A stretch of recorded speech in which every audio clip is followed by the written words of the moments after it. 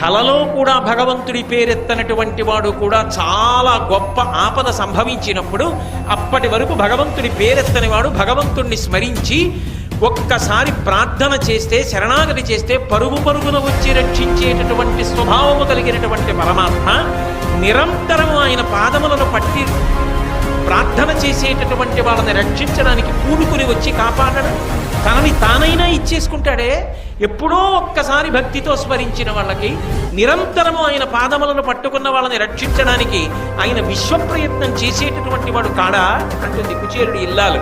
అందుకని అర్జునుడి కోసం అంత పరితాపాన్ని పొందాడు మహానుభావుడు. అంత పరితాపాన్ని పొంది ఒక్క నిమిషం హంసతూలిక ఆ శిబిరంలో ఉన్న ఆసన తన యొక్క శయ్య మీద పడుకున్నాడు. నిద్రపట్టల మళ్ళీ లేచాడు. మళ్ళీ దారుకుణ్ణి పిలిచాడు. దారుక, రేపు నువ్వు నా రథాన్ని